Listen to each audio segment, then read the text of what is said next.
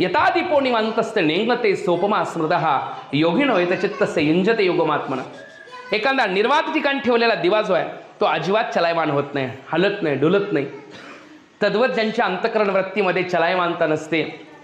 महाराज जर बसले नाही का पद्मासन घालून कीर्तनाला, मी ज्यावेळी आलो कीर्तनाला बघितलं 2 तास पद्मासनातनं हलत. हे सामर्थ्य कशाचं असतं? ध्यानाचं आहे, योगाचं आहे, तपश्चर्येचं आहे.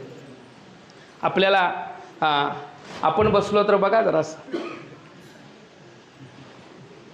आपल्याला एकसारखं तदाकार बसणं कठीण आहे महाराज. हे तपश्चर्येचा परिणाम आहे. त्यांच्या समोर आल्यावर नतमस्तक व्हावंसं वाटतं, तपश्चर्येचा परिणाम आहे.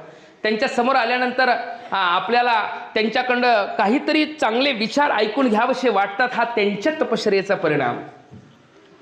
त्यांच्या असण्यानं आणि ते जवळ नसतील तर त्या नसण्यानं दोन्हीतला